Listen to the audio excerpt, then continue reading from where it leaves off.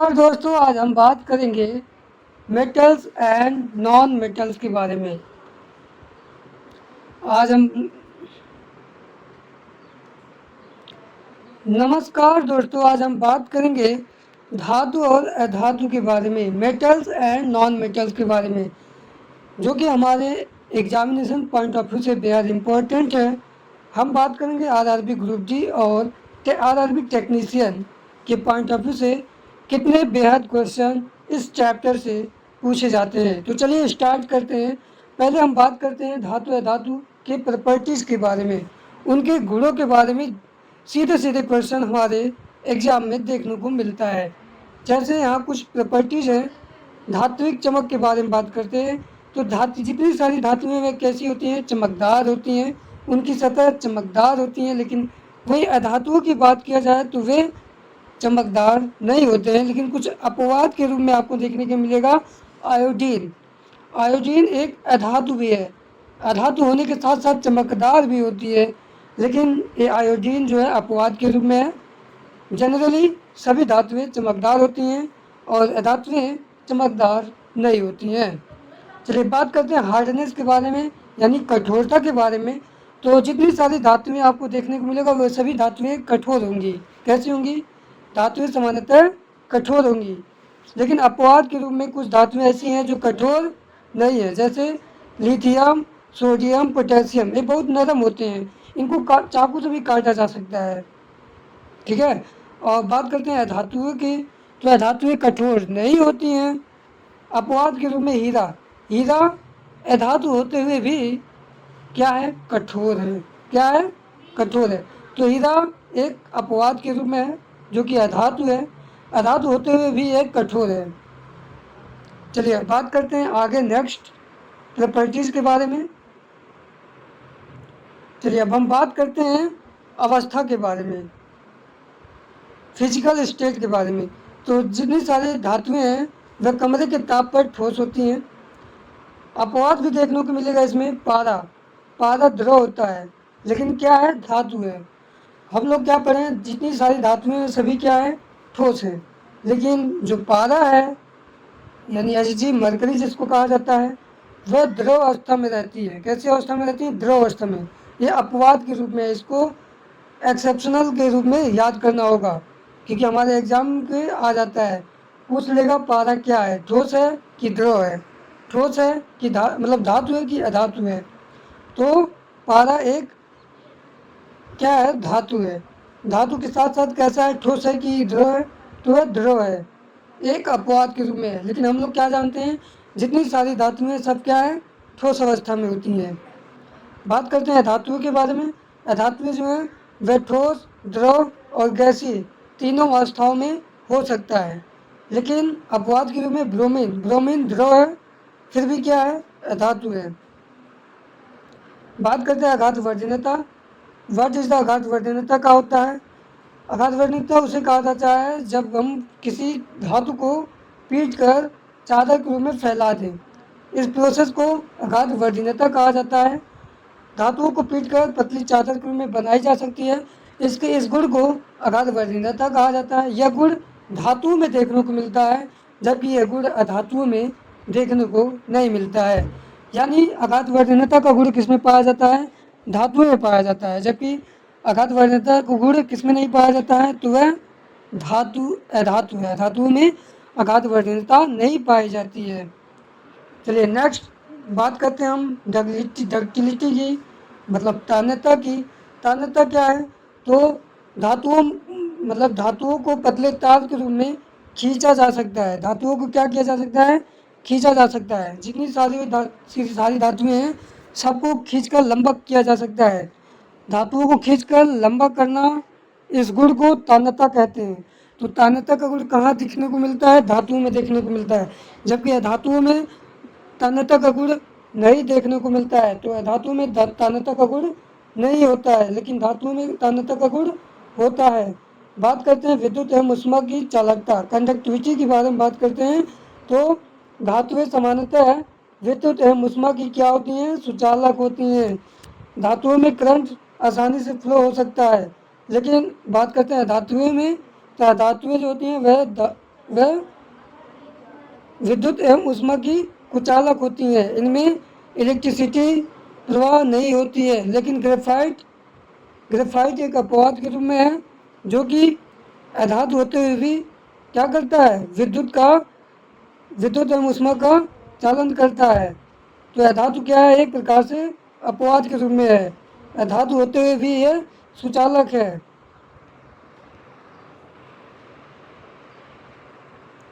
चलिए हम लोग लास्ट पॉइंट के बारे में बात करते हैं, घनत्व और गलनांक, डेंसिटी और मेल्टिंग पॉइंट के बारे में बात करते हैं।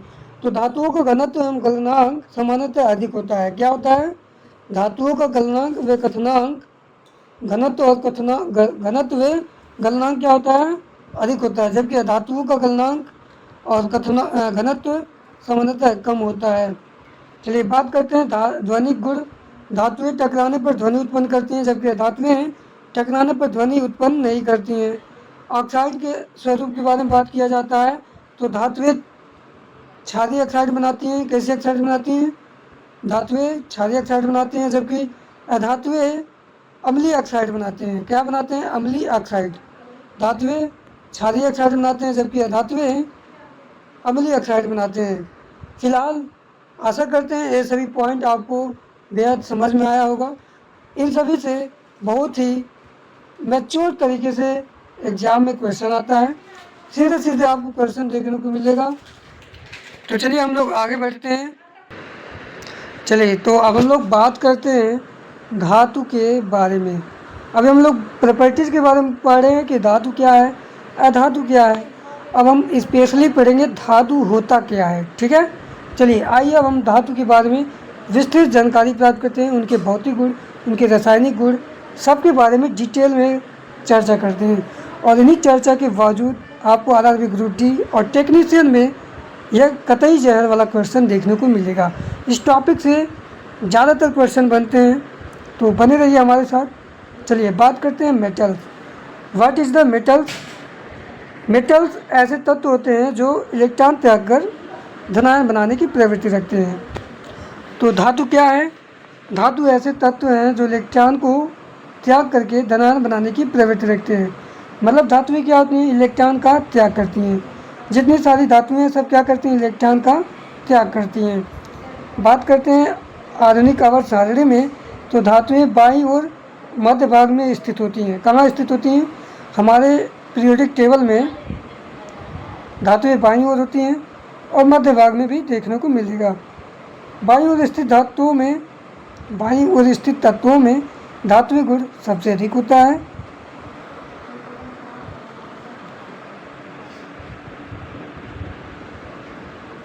चलिए बात करते हैं प्री हिस्टोरिक मेटल्स के बारे में, मतलब प्रागैतिहासिक धातुएं। प्राचीन काल में केवल 8 धातुएं ज्ञात थी, जिन्हें प्रागैतिहासिक धातुएं कहा जाता है।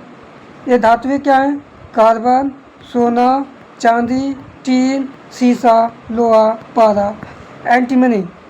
ये 8 धातुएं ऐसी हैं जो प्रागैतिहासिक धातुएं कहलाती हैं।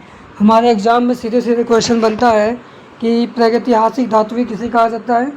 तो प्रागैतिहासिक धातुएं 8 धातुएं हैं जिन्हें प्रागैतिहासिक धातुएं कहते हैं। वह कौन कौन सी हैं, तो कार्बन हो गया, सोना हो गया, चांदी हो गया, टीन हो गया, सीसा हो गया, लोहा, पारा, एंटीमनी। वर्तमान में ज्ञात धातुओं की संख्या लगभग 90 है। कुल तत्वों की संख्या कितना है, तो वह 108 है। उसमें से 90 क्या है, वर्तमान में ज्ञात धातुओं की संख्या है। लगभग धातुओं की संख्या कितना है, 90 है, ठीक है। चलिए अब हम लोग बात करते हैं धातुओं के रासायनिक गुण के बारे में। धातुओं के रासायनिक गुण के बारे में, जितनी सारी धातुएं ऑक्सीजन के साथ अभिक्रिया करके क्या बनाती हैं, धातु ऑक्साइड। धातुएं ऑक्सीजन के साथ अभिक्रिया करके क्या बनाती हैं, धातु ऑक्साइड बनाते हैं। जैसे यहाँ ध्यान दो, ये हो गया मेटल हमारा धातु, और इसका हम लोग ऑक्सीजन के साथ अभिक्रिया कराएंगे तो हमें क्या मिलेगा, धातु ऑक्साइड मिलेगा। उदाहरण के लिए हम आपको लाते हैं यहाँ पर, जैसे यहाँ देखिए आप, ये हो गया हमारा, जैसे यहाँ देखिए यहाँ पर हो गया कॉपर धातु, और इनका हम लोग ऑक्सीजन के साथ अभिक्रिया करा रहे हैं। जब हम कॉपर का ऑक्सीजन के साथ अभिक्रिया कराएंगे क्या बनेगा? कॉपर ऑक्साइड बनेगा। क्या बनेगा? Copper oxide. ऐसे एल्युमिनियम धातु हो गया, ऑक्सीजन के साथ अभिक्रिया कराएंगे तो एल्युमिनियम ऑक्साइड बनेगा। क्या बनेगा? Aluminium oxide. ऐसे मैग्नीशियम का ऑक्सीजन के साथ अभिक्रिया कराएंगे तो मैग्नीशियम ऑक्साइड मिलेगा। यानी हम लोग क्या जाने, जितनी सारी धातुएँ इनका अगर हम ऑक्सीजन के साथ अभिक्रिया कराएंगे तो यह धातु ऑक्साइड बनाएंगी। क्या बनाएंगी? ऑक्साइड, धातु ऑक्साइड बनाएंगे। ठीक है, चलिए अब बात करते हैं हम अधिकांश धातु ऑक्साइड जो होते हैं वे क्षारीय होते हैं। कैसे होते हैं? क्षारीय होते हैं। कुछ धातु ऑक्साइड जल में घुलकर क्षार बनाते हैं, जैसे सोडियम ऑक्साइड जल के साथ अभिक्रिया करके क्या बना लिया? Sodium hydroxide. ऐसे पोटेशियम ऑक्साइड जल के साथ घुलकर क्या बना लिया? Potassium hydroxide.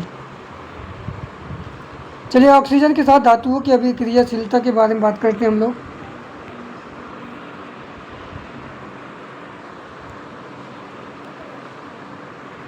देखिए सोडियम और पोटेशियम खुले वायु में आग पकड़ लेते हैं, इसलिए इन्हें केरोसिन तेल में रखा जाता है।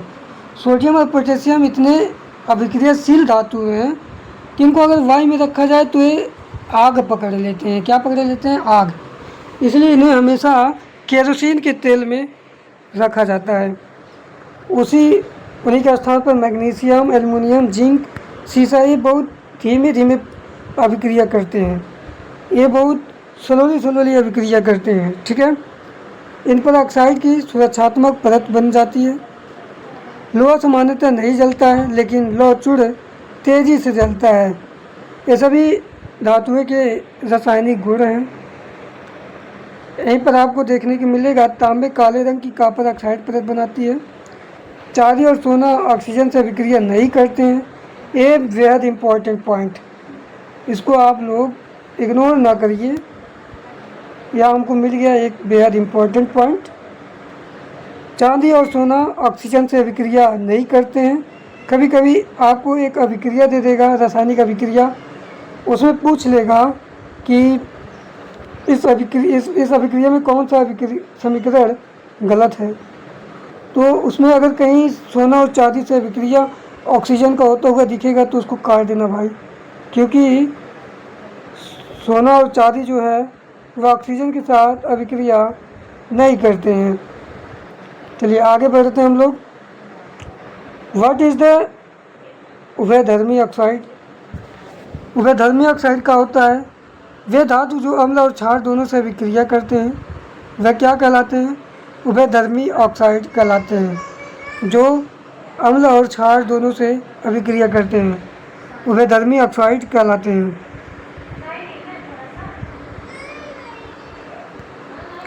चलिए धातुओं का जल के साथ अभिक्रिया करके क्या बनाता है? तो जितनी सारी धातुएं जल के साथ अभिक्रिया करके हाइड्रोक्साइड और हाइड्रोजन गैस बनाती हैं। क्या बनाती हैं? अभिक्रिया करके हाइड्रोक्साइड और हाइड्रोजन गैस बनाती हैं। धातु हो गया जल के साथ अभिक्रिया करके धातु hydroxide plus hydrogen. Important point भैया, इसको वेरी इम्पोर्टेंट पॉइंट।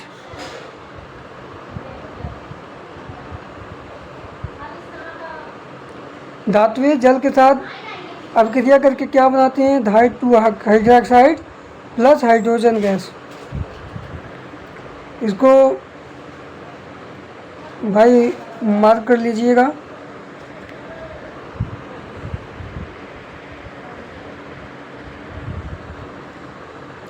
जैसे आप देख सकते हैं उदाहरण के रूप में, यहाँ आपके सामने सोडियम हो गया और इनका जल के साथ अभिक्रिया हो रहा है, तो क्या बना लेगा? सोडियम हाइड्रोक्साइड प्लस कौन सी गैस निकलेगी? Hydrogen gas. ठीक है, ऐसे कैल्शियम हमारा धातु हो गया, जल के साथ अभिक्रिया कराएगा तो कैल्शियम हाइड्रोक्साइड बन जाएगा और हाइड्रोजन गैस के रूप में उड़ जाएगा। कहने का मतलब ये है जितनी सारी धातुएं हैं जल के साथ अभिक्रिया करेंगी तो धातु हाइड्रोक्साइड बनाएंगी और हाइड्रोजन गैस उड़ाएंगी। ठीक है, और बात करते हैं धातुओं का ऑक्सीजन के साथ अभिक्रिया। तो जितनी सारी धातुएं हैं ऑक्सीजन के साथ अभिक्रिया करके धातु ऑक्साइड बनाती हैं, ठीक है। और वही जल के साथ अभिक्रिया कराते हैं तो धातु हाइड्रोक्साइड बनाएंगी प्लस हाइड्रोजन गैस निकालती हैं। चलिए बात करते हैं हम लोग धातु जल के साथ धातुओं की क्रियाशीलता। सोडियम, पोटेशियम, कैल्शियम ठंडे जल से अभिक्रिया करके पृथ्वी से अभिक्रिया करते हैं।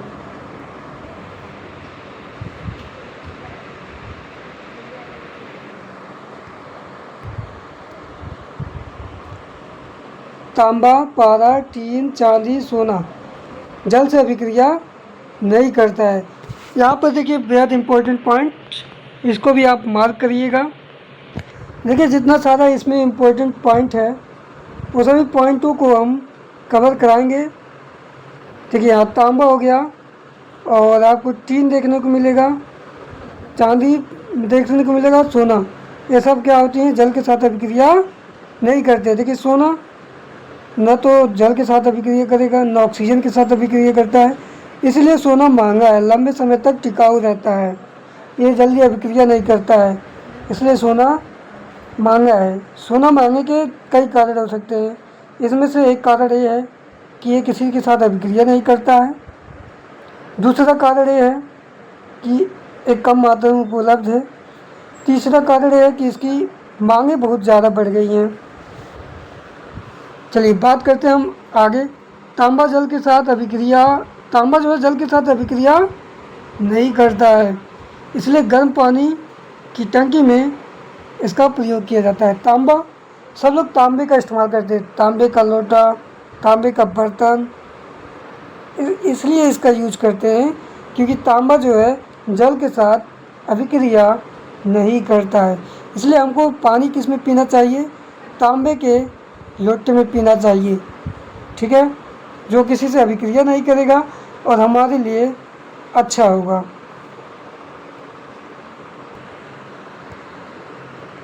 चलिए अम्ल के साथ अभिक्रिया। धातुएं तनु अम्लों से अभिक्रिया कर लवण हाइड्रोजन गैस बनाती हैं। अभिक्रिया की गति धातु की क्रियाशीलता पर निर्भर करती है। अभिक्रिया की जो गति है वह धातु की क्रियाशीलता पर निर्भर करता है। धातु हो गया और तनु अम्ल अभिक्रिया करके क्या बनाते हैं, लवण और हाइड्रोजन गैस। जितनी सारी धातुएं हैं वह धातु अम्ल के साथ अभिक्रिया करके, तनु अम्ल के साथ अभिक्रिया करके लवण और हाइड्रोजन गैस बनाते हैं। जैसे आयरन हमारा क्या हो गया, धातु, HCl हमारा अम्ल हो गया, इसके साथ अभिक्रिया कराएंगे तो हमारा लवण बनेगा ferrous chloride plus hydrogen gas विस्थापित होगा। चलिए आगे बढ़ते हैं हम लोग। ये सभी एग्जाम्पल है, इन सभी एग्जाम्पलों को आप देख सकते हैं। जैसे यहाँ पर मैग्नीशियम हो गया, हाइड्रोक्लोरिक अम्ल के साथ अभिक्रिया करके MgCl2 मैग्नीशियम क्लोराइड बनाएगा प्लस हाइड्रोजन गैस विस्थापित करेगा। ऐसे एल्यूमिनियम हो गया, HCl के साथ अभिक्रिया करके aluminium chloride plus hydrogen gas विस्थापित करेगा। यही पॉइंट है, तांबा, चांदी, पारा तनु अम्ल के साथ अभिक्रिया नहीं करता है। एग्जाम में आ सकता है सीधे सीधे क्वेश्चन बनकर, तांबा, चांदी मतलब पारा ऑप्शन दे देगा, कहेगा इनमें से कौन अम्लों के साथ अभिक्रिया नहीं करेगा, तो तांबा, चांदी और पारा अम्लों के साथ अभिक्रिया नहीं करता है। चलिए आगे बढ़ते हैं हम लोग। लवण विलयन के साथ अभिक्रिया करता है, कैसे करता है चलिए देखते हैं। अधिक क्रियाशील धातु कम क्रियाशील धातु को उसके लवण से विस्थापित कर देता है। ये धातु हो गया, ये लवण विलयन हो गया। लवण विलयन प्लस धातु बनाएगा, जैसे फॉर एग्जाम्पल जिंक हमारा धातु हो गया, कॉपर सल्फेट लवण हो गया, तो ये क्या बनाएगा, लवण विलयन जिंक सल्फेट बना लेगा और कॉपर विस्थापित हो जाएगा, ठीक है। हम लोग पढ़ते हैं सक्रियता श्रेणी, उसमें इनको बेहद से डिटेल में समझा जाएगा कि कौन सी धातुएं किस धातु को विस्थापित करेंगी। अभिक्रिया मतलब सक्रियता श्रेणी में ऊपर की धातुएं अपने से नीचे की धातुओं को विस्थापित कर सकता है, जबकि नीचे की धातु अपने से ऊपर की धातु को विस्थापित नहीं कर सकता है। यही कारण है, देखिए जिंक ऊपर रहता है और कॉपर नीचे है, इसलिए जिंक जो है कॉपर को विस्थापित कर दिया है, लेकिन कॉपर जिंक को विस्थापित नहीं कर पाएगा। इसके बारे में डिटेल से जानने के लिए आप बने रहिए नेक्स्ट चैप्टर में, एक बेसिक वाला चैप्टर रहेगा, उसमें डिटेल में सब थ्योरिकल पॉइंटों को बताया जाएगा। चलिए हम लोग आगे बढ़ते हैं। अब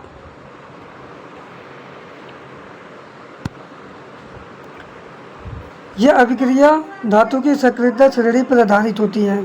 यहाँ देखिए पॉइंट जो हम बताएं उसके बारे में दिया गया है।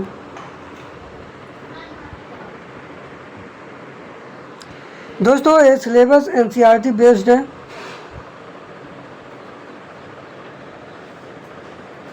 बात करते हैं रिएक्टिविटी सीरीज के बारे में।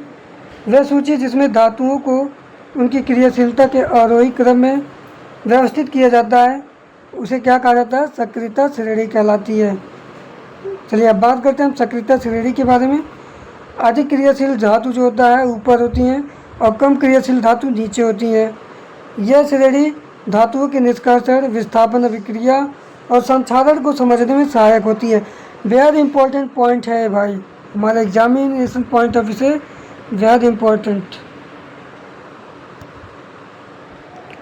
बात करते हैं आयनिक यौगिकों के गुणधर्म। भौतिक प्रकृति के बारे में बात करते हैं तो आयनिक यौगिक ठोस, कुछ कठोर होते हैं, सामान्यतः भंगुर भी होते हैं। गलनांक क्वथनांक के बारे में बात किया जाए तो बहुत अधिक उच्च होता है। घुलनशीलता के बारे में बात करते हैं तो आयनिक यौगिक प्राय जल में क्या होते हैं? घुलनशील होते हैं। क्या होते हैं? घुलनशील होते हैं। एक्वेरियन पेट्रोल जैसे कार्बनिक विलायकों में अविलेय होते हैं। चालकता की बात करते हैं तो आयनिक यौगिक के जलीय विलयन और गलित अवस्था में विद्युत का चालन करते हैं। हम लोग बात करते हैं आयनिक यौगिकों के बारे में। किसके बारे में? आयनिक यौगिकों के बारे में।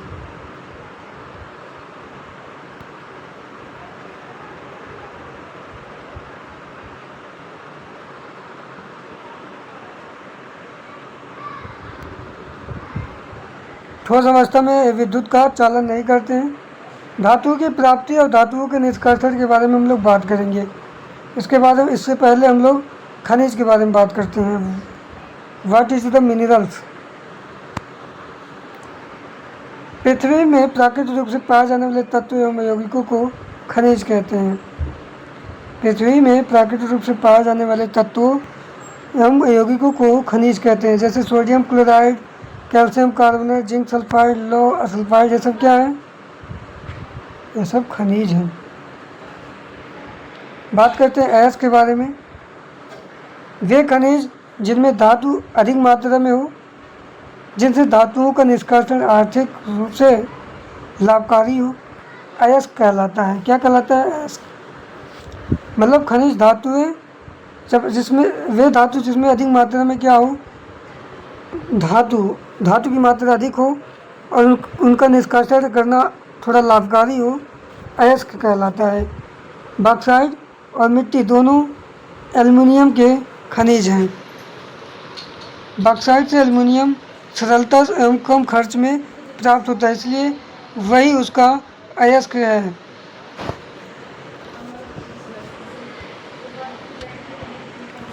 सभी अयस्क खनिज होते हैं परंतु सभी खनिज अयस्क नहीं होते हैं। ये वेरी इंपॉर्टेंट पॉइंट है। चलिए महत्वपूर्ण बिंदु, महत्वपूर्ण परिभाषाएं। What is the gang? Gang क्या होता है?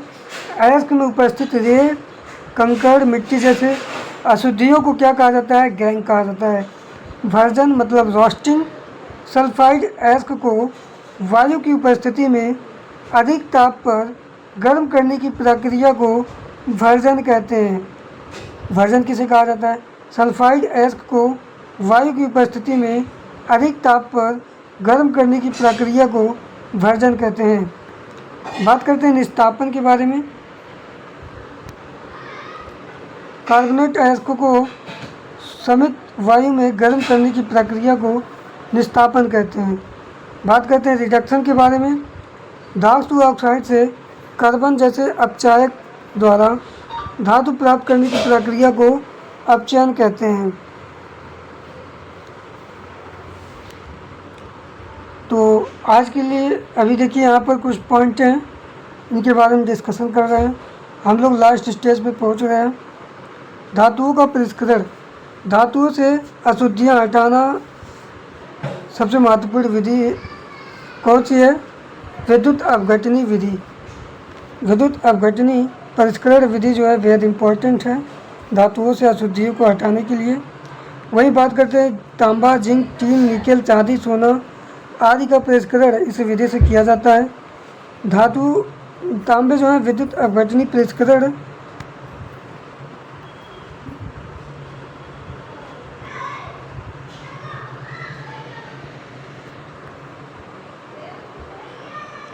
एनोड पर अशुद्ध तांबा होता है, कैथोड पर शुद्ध तांबा होता है। विद्युत अपघट्य में कॉपर सल्फेट और तनु सल्फ्यूरिक अम्ल मिलकर विद्युत अपघट्य का निर्माण करते हैं। विद्युत धारा प्रवाहित करने पर अशुद्ध तांबा घुलकर विलयन में चला जाता है, जबकि उतना ही मात्रा में शुद्ध तांबा कैथोड पर जमा हो जाता है। इन सभी के बारे में आप लोग डिटेल में जान सकते हैं।